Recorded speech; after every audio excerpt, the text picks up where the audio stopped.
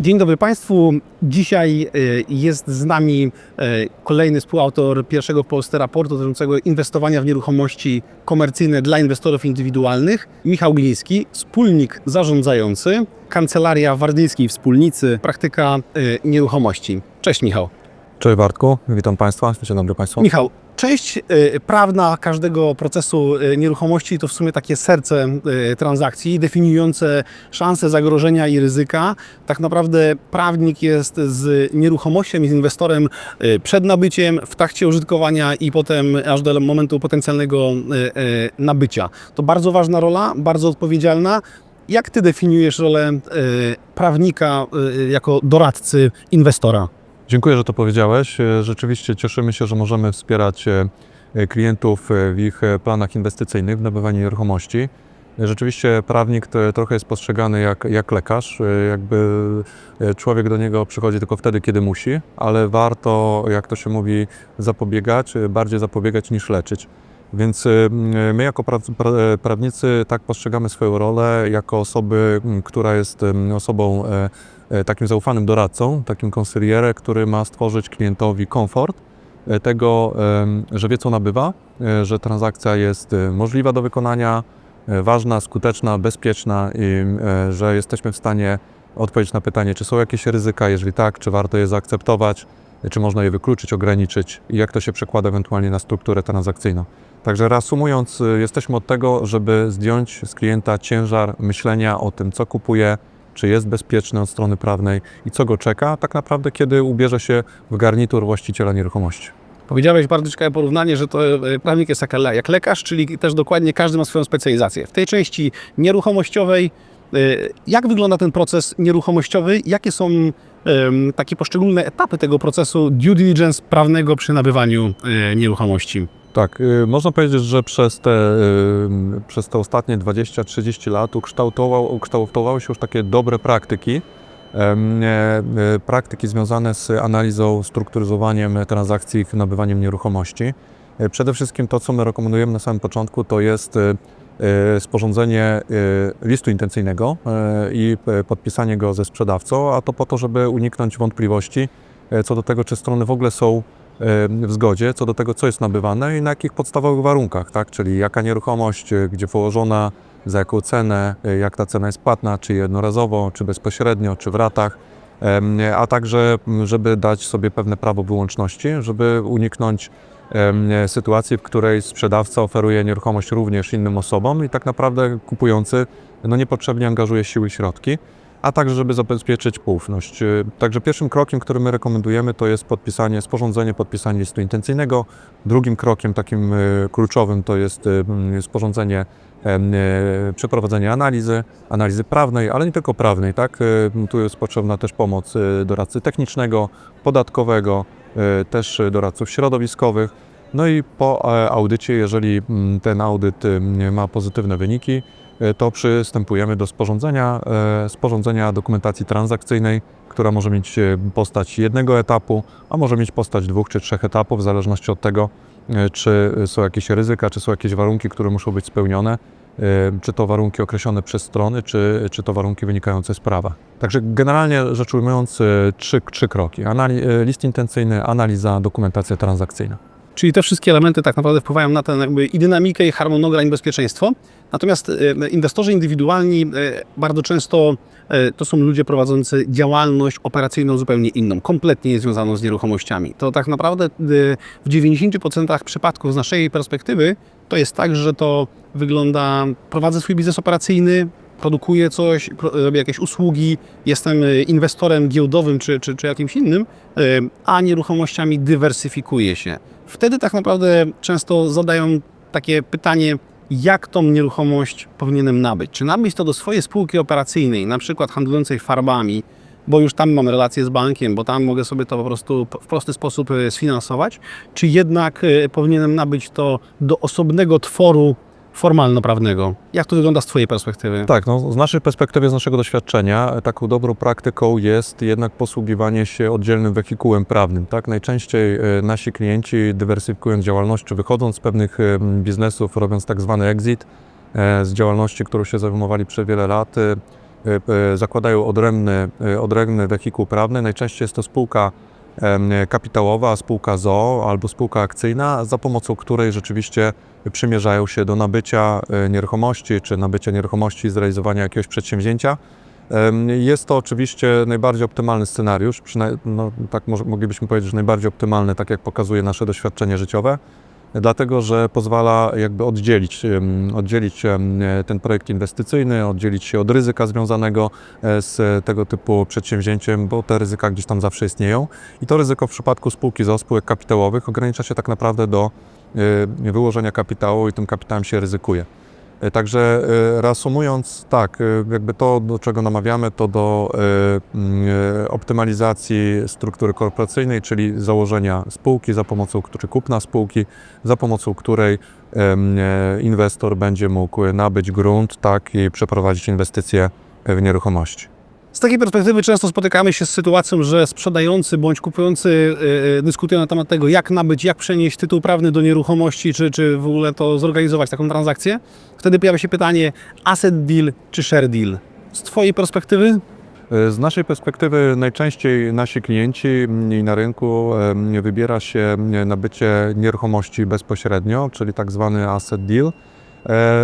Dlatego, że przemawia za tym bardzo dużo zalet. Pierwszą zaletą jest to, że nabywca może skorzystać z wiary publicznej ksiąg wieczystych, czyli w zasadzie można powiedzieć, że jeżeli zajrzy do rejestru prowadzonego dla nieruchomości i zapozna się z tym rejestrem i ten rejestr nie budzi jakichś wątpliwości, nie budzi jakichś znaków zapytania czy ryzyk, to można powiedzieć, że nabywca jest chroniony tym, co wynika z tego rejestru. Tak? I to jest pierwsza podstawowa, fundamentalna zasada, która z kolei nie znajduje zastosowania do nabywania spółek. Druga taka dosyć duża zaleta polega na tym, że w przypadku nabywania nieruchomości tą nieruchomość w zasadzie można nabyć w sposób neutralny z punktu widzenia podatkowego. Najczęściej spotykamy się z sytuacją taką, gdzie nieruchomość jest nabywana z ceną, do której dodawany jest VAT, natomiast po nabyciu nieruchomości przez klienta, klient ubiega się o rozliczenie tego VAT-u, czyli zwrot tak naprawdę nadpłaconego VAT-u, w efekcie czego ta nieruchomość w zasadzie jest nabywana w sposób wolny od podatków, co jest takim, można powiedzieć, ewenementem, jeśli spojrzymy na to, jak wyglądają tego typu regulacje za granicą, tak, w najbliższych tutaj kierunkach geograficznych, z którymi graniczymy. Natomiast w przypadku nabywania spółek takie transakcje się zdarzają i one się zdarzają zazwyczaj wtedy, kiedy na przykład spółka jest obiektowa, spółka zaciągnęła finansowanie dłużne w banku i to finansowanie zostało udzielone na bardzo atrakcyjnych warunkach. I w takiej sytuacji jest to atrakcyjne dla kupującego, dlatego że kupujący nie musi wykładać całej ceny na nabycie, tylko wykłada jakby część odpowiadającą kapitałom własnym, tak, tej spółki i po nabyciu spółki korzysta z tego preferencyjnego finansowania dłużnego i w związku z tym za stosunkowo niewielkie pieniądze jest w stanie uzyskać kontrolę nad nieruchomością. Inną taką, powiedzmy, sytuacją, w której rekomendowane jest nabywanie spółek, to jest takie, kiedy istnieją jakieś zezwolenia, które są nieprzenaszalne lub których przeniesienie jest trudne, czyli na przykład warunki techniczne podłączenia do mediów, czyli na przykład różnego rodzaju koncesje, decyzje rekultywacyjne, decyzje na wycinkę drzew itd., kiedy właśnie nabywca chciałby skorzystać z istniejących zezwoleń, natomiast ich przeniesienie jest jakby niemożliwe, ograniczone, trudne, czasochłonne, to w tym momencie jakby decyduje się na nabycie spółki. Jakby w telegraficznym skrócie oznacza to, że wchodzi w buty poprzedniego właściciela, tak? I ma tą nieruchomość, te zezwolenia, tak? I inne aktywa, które ta spółka posiada.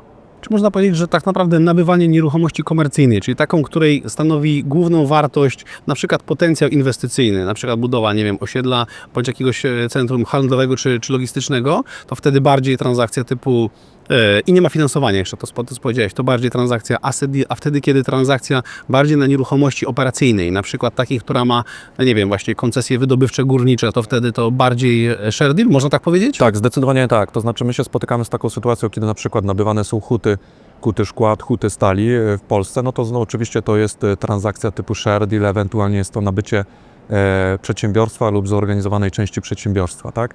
I te nieruchomości są ważne, ale one są tak jakby przy okazji, dlatego że głównym przedmiotem zainteresowania jest działalność operacyjna. Wszystkie zezwolenia związane z tą działalnością operacyjną, czyli chodzi o to, żeby ten nabywca w sposób taki płynny wszedł w działalność operacyjną dotychczasowego właściciela, tak, tego biznesu. W przypadku takich operacji nieruchomościowych to spółki obiektowe, nabycie gruntu czy nabycie gruntu zabudowanego, tak, uzyskiwanie zezwoleń samodzielnie lub ich przenoszenie. No to są takie jakby najczęstsze sytuacje, z którymi się spotykamy.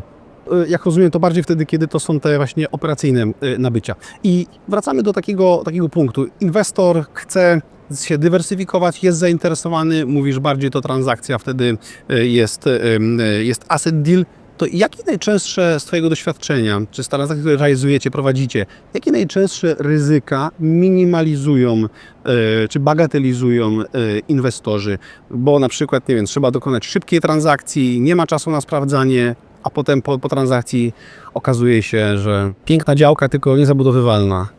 Tak, no znaczy to jakby rzeczywiście jakby no, z natury rzeczy ja zawsze będę zachęcał do tego, żeby podchodzić do każdego nabycia nieruchomości, niezależnie od tego, czy to jest działka niezabudowana, czy to jest lokal, czy to jest apartament, czy to jest fabryka, z podobną dozą ostrożności.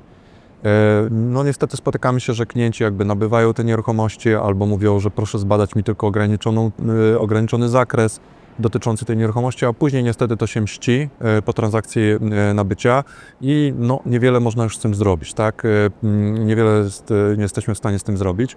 I jakie ryzyka są bagatelizowane? No jakby kwestia dostępu do drogi, kwestia dostępu do infrastruktury. Taką częstym problemem jest bagatelizowanie dokumentacji projektowej dotyczącej budynku i budowli i zabezpieczenia praw autorskich do dokumentacji projektowej. Najczęściej jest tak, że inwestor nabywa nieruchomość i chce tą nieruchomość przebudować, rozbudować, nadbudować i no, okazuje się, że on nie ma rzeczywiście zabezpieczonych praw autorskich dokumentacji projektowej, co jakby kreuje poważny problem, dlatego że w przypadku rozpoczęcia tego typu inwestycji projektanci, autorzy dokumentacji projektowej mogą domagać się nawet wstrzymania tego typu inwestycji i lub żądać odszkodowania, tak, z tytułu naruszenia ich praw autorskich do dokumentacji projektowej. Kolejnym takim zagadnieniem, które jest często pomijane, bagatelizowane, to jest to, co się dzieje, jeśli chodzi o planowanie przestrzenne, czyli czy gmina planuje uchwalenie miejscowego planu lub jego zmianę i w związku z tym wprowadzenie różnego rodzaju ograniczeń w zagospodarowaniu i zabudowie nieruchomości. Mogę tutaj podać taki przykład, gdzie mieliśmy klienta, który przez prawie 100 lat prowadził działalność produkcyjną i wszedł w życie miejscowy plan, który w ciągu w zasadzie 2-3 lat wygasił całkowicie prawo prowadzenia działalności produkcyjnej na danym terenie. Więc to jest nie tylko kwestia jakby uchwalenia planu dla tej konkretnej nieruchomości, ale też dla jego otoczenia, na przykład inwestycje celu publicznego, tak? Co się dzieje w najbliższym sąsiedztwie albo nawet nie takim bliskim sąsiedztwie, czy jest planowany, nie wiem, cmentarz, wysypisko śmieci, czy budowa jakichś dróg kolejowych, czy na przykład to nie jest strefa ograniczonego użytkowania z uwagi na lotnisko i tak dalej, i tak dalej. No to są bardzo częste problemy, z którymi się spotykamy, plus no taki już powiedzmy klasyczny problem związany z samą instytucją użytkowania wieczystego, które samo w sobie kreuje bardzo dużo problemów związanych z ograniczeniem, tak, możliwości wykorzystania gruntu, z odpłatnością za korzystanie z gruntu, z aktualizacją wysokości tych opłat i tak dalej, i tak dalej. Także no, tych ryzyk jest dużo. Pamiętajmy też, że są różnego rodzaju formy ochrony, czy to zabytków, czy to przyrody, także no, to wszystko należy brać pod uwagę. My jak przymierzamy się do ćwiczenia takiego analitycznego dotyczącego nieruchomości, no to kierujemy 20 parę zapytań do organów administracji publicznej, żeby pozyskać pełną wiedzę na temat tej nieruchomości, tego jaka ona jest i tego co się może z nią stać lub z jej otoczeniem w najbliższej przyszłości. Poruszyłeś bardzo ciekawy temat. Powiedziałeś na temat fabryki, że ta fabryka po 100 latach działalności dostaje informację, że od jutra czy tam za jakiś czas, kilka lat nie prowadzicie już tutaj działalności produkcyjnej. a to nie jest tak, że takie właśnie sytuacje to jest z jednej strony szansa, a z drugiej zagrożenie dla właściciela, no bo inaczej będzie wyglądało, kiedy ta fabryka będzie załóżmy przekształcona w kilkadziesiąt tysięcy metrów pułu mieszkaniowego, a inaczej, kiedy stanie się po prostu zabytkiem w części parkowej. Jak z perspektywy prawnej do tego można podejść? To jest pytanie, to wszystko zależy, znaczy punkt widzenia zależy od punktu siedzenia, bo dla podmiotu, który prowadził tą działalność produkcyjną, no to było pewnym wyzwaniem, taki było pewnym problemem, bo w zasadzie w ciągu 2 lat musiał wygasić działalność produkcyjną i ją przenieść do innych lokalizacji, więc to na pewno z jego perspektywy nie było korzystne. Natomiast tworzy się pewnego rodzaju możliwość inwestycyjna dla podmiotów, które chciałyby też zagospodarować ten teren na inne cele. Tu akurat były to cele takie rekreacyjno-sportowe. No więc jest pytanie, czy jest jakby inwestor, który mógłby się tym terenem zainteresować i wykorzystać tą nieruchomość w tym celu. Także ja myślę, że to dużo zależy od tego, jakby po której stronie jakby siedzimy, czy po stronie właścicielskiej, czy po stronie inwestycyjnej. Natomiast zdarza się, na przykład mam teraz taką sytuację, gdzie inwestor kupił nieruchomość przeznaczoną na cele zabudowy jednorodzinnej i tak naprawdę został uchwalony miejscowy plan, który w zasadzie 3/4 tej działki wyłączył z użytkowania i przeznaczył je na cele publiczne. W części jest to teren ekologiczny, w części jest to teren przeznaczony na budowę obiektów użyteczności publicznej. No i w takiej sytuacji można powiedzieć, że ten inwestor nie jest zadowolony z takiego rozwoju sytuacji, dlatego że ma nieruchomość, której w ogóle nie może wykorzystać na pierwotne zakładane cele inwestycyjne i to, czego się może domagać, no to wykupu tej nieruchomości przez miasto, czy zamiany, czy ewentualnie jakiegoś odszkodowania z tytułu obniżenia wartości, co nie było jego celem, tak? No jego celem było zrealizowanie inwestycji w postaci budowy osiedla domów jednorodzinnych. To pokazuje, że gdzieś tam zabrakło czujności, może nie tyle Ale prawnej właśnie, czy to takiej czujności bardziej prawnej, tak, biznesowej? czujności prawnej na etapie tu akurat może nie tyle nabycia, bo nabycia też, bo już można było wówczas przewidywać pewne scenariusze, ale też na etapie tego, co się robi tuż po transakcji, bo jeżeli ktoś chciał zabezpieczyć swoje prawa do zabudowy tej nieruchomości, no to powinien jak najszybciej wystąpić o warunki zabudowy, a najlepiej o pozwolenie na budowę, żeby zrealizować inwestycje, a jak nie, to żeby uzyskać odszkodowanie za nieruchomość, która była przeznaczona na cele budowlane, tak? A w tym momencie jest dyskusja na temat tego, jaki ta nieruchomość ma charakter, miała, a jaki ma, tak? Miała tak naprawdę rolnicze i ma przeznaczenie na cele publiczne, więc pytanie, co ten inwestor stracił? Więc on stracił tak naprawdę teren o charakterze rolnym, tak? A nie przeznaczonym na cele zabudowy. Więc to są takie różnego rodzaju zagadnienia, które są ważne i które trzeba gdzieś tam brać pod uwagę. To są jakby wiadomo ryzyka prawne, natomiast ciekawie to przedstawiłeś na dokładnych przykładach, jak ważne jest nie tylko pracować w pewnym momencie, na małym wycinku z prawnikiem, ale przez cały okres funkcjonowania tak naprawdę z tej perspektywy. Nabywając nieruchomość komercyjną, tak naprawdę nabywamy teoretycznie i praktycznie nieruchomość, czyli działkę gruntu plus zabudowę, ale tak de facto na koniec dnia nabywamy umowę najmu. Z Twojej perspektywy prowadzisz wiele transakcji zarówno po stronie najemców, wynajmujących, ale prowadzisz liczne projekty due diligence przy nabyciu, przy sprzedaży projektów i widzisz też zagrożenia ryzyka, umów najmu. Czy mógłbyś wskazać takie najczęstsze zaniedbania, zaniechania albo pominięcia w umowach najmu, które powodują największe ryzyko albo powodują tak naprawdę największe zagrożenia potencjalnie przy transakcji sprzedaży czy nabycia? Znaczy ja bym powiedział, że w przypadku umów najmu ryzyka, które my spotykamy, to jest taki może nieodpowiednia opieka nad samą inwentaryzacją umów najmu, tak? To znaczy przymierzamy się do badania stanu prawnego nieruchomości, prosimy o listę najmów, dostajemy jakąś listę najmów, później się okazuje, że ta lista jest niekompletna, prosimy o umowy, dokumenty źródłowe, tak, czy umowy najmu, aneksy do tych umów, protokoły zdawczo-odbiorcze, zabezpieczenia i wtedy się zaczyna rzeczywiście kłopot, bo się okazuje, że ta dokumentacja jest niekompletna. Ona jest niekompletna, albo ona jest, ale jest niewłaściwie podpisana, albo jest podpisana przez jedną stronę i tak naprawdę obraz tego, jakie umowy są, jaka jest ich treść, jest trudna do oceny. Też pamiętajmy o tym, że dokumentacja prawna jest tylko jakby częścią tego ćwiczenia, bo wynajmujący często sobie zastrzegają prawo do indeksacji czynszów. I te indeksacje czynszów, one są dopuszczone w umowie, ale ich wysokość no już jakby nie wynika wprost z umowy, tak, no bo to nie umowa jakby decyduje o wskaźniku inflacyjnym, jaki jest w danej chwili, tak, tylko decyduje o tym właściciel, decyduje o tym zarządca nieruchomości, który albo korzysta z tego prawa do indeksacji, albo nie. No i wtedy jakby no jest pytanie, to jaka jest aktualna wysokość czynszu i czy ona została przyjęta do wysokości, czy ona została zaakceptowana. Więc to jest jakby jeden problem, czyli kompletności, takiej staranności w prowadzeniu listy najmu, wszystkich dokumentów źródłowych, aneksów, protokołów, zabezpieczeń, ich aktualizacji. Często się też zapomina o aktualizacji tych zabezpieczeń, czyli gwarancji bankowych, czyli poddania się egzekucji. Z drugiej strony, no to jest główną troską, jest taka troska o przepływy, bo najważniejszą troską właściciela nieruchomości jest zadbanie o odpowiednie przepływy, tak, od wszystkich o odpowiedniej wysokości.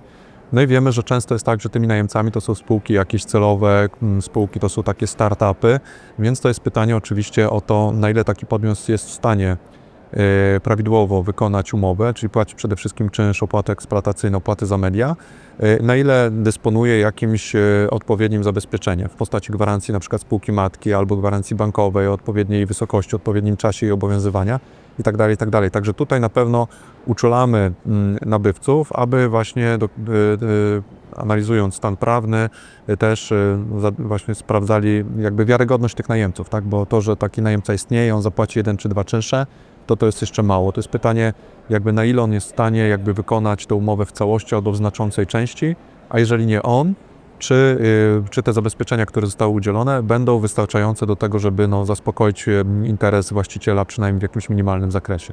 Także tyle, jakbym powiedział.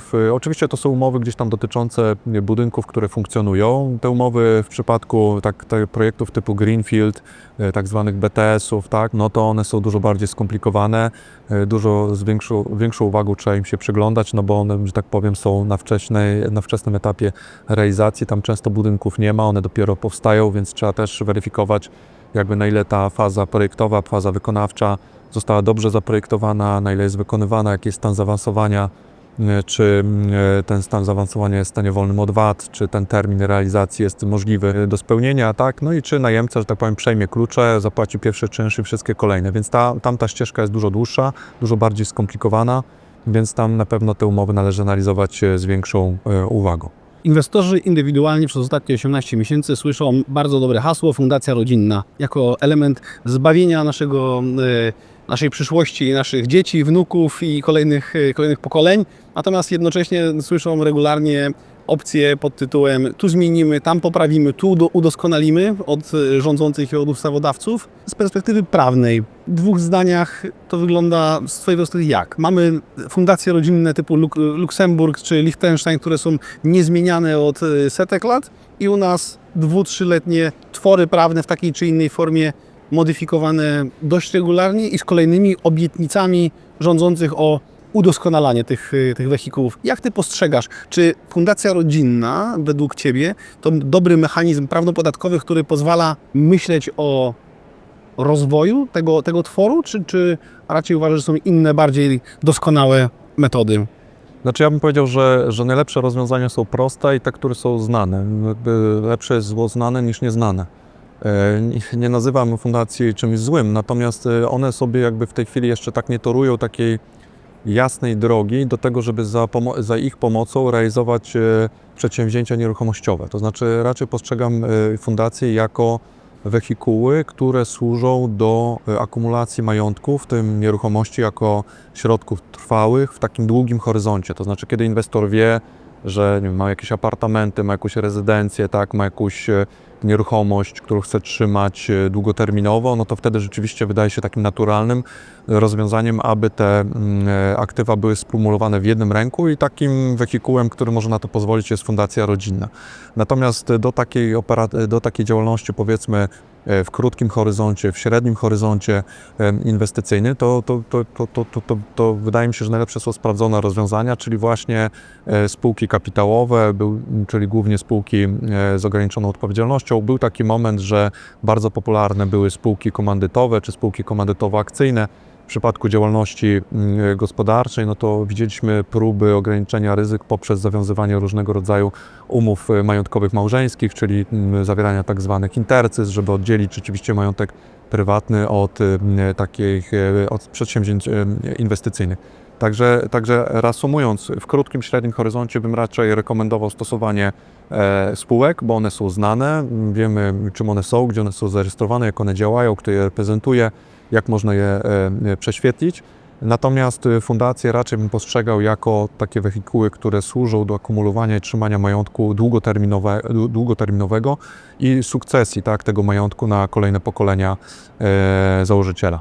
Michał, bardzo Ci dziękuję za ciekawą rozmowę. Poruszyłeś wiele przykładów i wiele ciekawych wątków. Myślę, że tak naprawdę nie wszystko udało nam się dzisiaj opowiedzieć. Natomiast bardzo Ci dziękuję i mam nadzieję do zobaczenia niebawem. Dziękuję Ci, Bartku, za zaproszenie. To była bardzo ciekawa rozmowa. No i cóż, mam nadzieję, że te rady, chociaż krótkie, przydadzą się naszym tutaj inwestorom. Oraz wszystkim słuchaczom. Naszym wszystkim słuchaczom. Dzięki serdeczne. Dziękuję uprzejmie.